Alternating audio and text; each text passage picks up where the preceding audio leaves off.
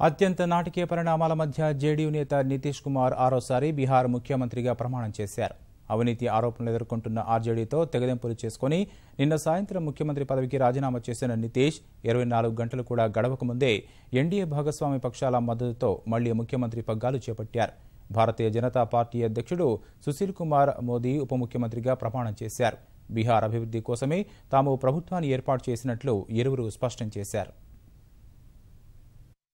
RJD అధినేత లాలూ ప్రసాద్ కుమారుడు బీహార్ ఉప ముఖ్యమంత్రి తేజస్వి యాదవ్ పై అవినీతి కేసు విచారణను దృష్టిలో పెట్టుకుని ఆర్జేడీ కాంగ్రెస్లతో కూడిన మహాకూటమి నుంచి బయటకు వస్తూ ముఖ్యమంత్రి పదవికి రాజీనామా చేసిన జేడీయూ నేత నితీష్ కుమార్ అత్యంత నాటకీయ పరిణామాల తరువాత ఆరోసారి బీహార్ ముఖ్యమంత్రిగా ప్రమాణం చేశారు. ఎన్డీఏ భాగస్వామ్య పక్షాలైన భారతీయ జనతా పార్టీ, లోక్ జనశక్తి పార్టీ, ఆర్ఎల్ఎస్పీ మద్దతుతో నితీష్ బీహార్లో కొత్త ప్రభుత్వాన్ని ఏర్పాటు చేశారు. ఈ ఉదయం 10 గంటలకు పాట్నాలోని రాజ్భవన్ వద్ద ఉన్న రాజేంద్ర మండపంలో బీహార్ గవర్నర్ కేసరీనాథ్ త్రిపాఠి నితీష్ కుమార్ తో ముఖ్యమంత్రిగా ప్రమాణం చేయించారు. అనంతరం భాజపా నేత సుశీల్ కుమార్ మోదీ ఉప ముఖ్యమంత్రిగా ప్రమాణం చేశారు. కేంద్ర మంత్రులు జేపీ నడ్డా, భాజపా సీనియర్ నేత అనిల్ జైన్ ఈ కార్యక్రమానికి హాజరై నితీష్, సుశీల్ మోదీలకు శుభాకాంక్షలు తెలిపారు. बिहार राज्य के मुख्यमंत्री के रूप में अपने कर्तव्यों के सम्यक निर्वहन के लिए ऐसा करना अपेक्षित हो, मैं प्रत्यक्ष अथवा अप्रत्यक्ष रूप में संसूचित या प्रकट नहीं करूंगा.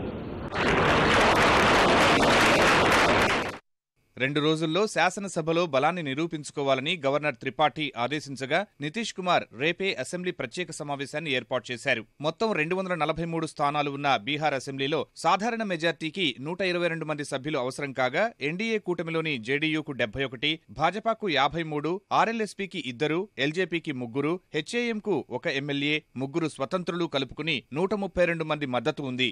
ఈ పరిస్థితిలో రేపటి విశ్వాస పరీక్షలో నితీష్ బలాన్ని నిరూపించుకోవడం లాంఛనమే కానుంది.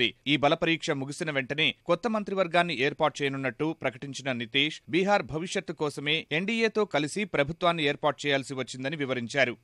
जो भी निर्णय लिया है, कल भी कहा था, बिहार के हित में होगा, बिहार के लोगों के हित में होगा, वही निर्णय लेंगे और बिहार के विकास के लिए, बिहार के लोगों के हित में, न्याय के साथ विकास के लिए, तरक्की के लिए हम सब लोगों ने मिलकर ये निर्णय किया है.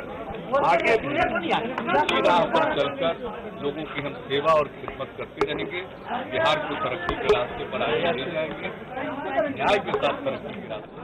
और जो एनडीए की सरकार का जो शुरू का 7.5 साल था, उसमें जिस तरह का विकास और काम हुआ है, उसी प्रकार का विकास और काम इस बच्चे में 40 महीनों में बिहार के अंदर दिखाई पड़ेगा. पहली बार बिहार के अंदर केंद्र राज्य दोनों जगह एक ही गठबंधन की सरकार है और निश्चित रूप से इसका लाभ मिलेगा और बिहार और तेजी से आगे बढ़ेगा. ఆరోసారి బీహార్ ముఖ్యమంత్రి పగ్గాలు చేపట్టిన నితీష్ కు ప్రధాని నరేంద్ర మోదీ ట్విట్టర్ ద్వారా అభినందనలు తెలిపారు. అవినీతిపై కేంద్రంలోని ఎన్డీఏ సర్కార్ చేస్తున్న పోరులో కలిసి వస్తున్నందుకు ప్రశంసలు కురిపించారు.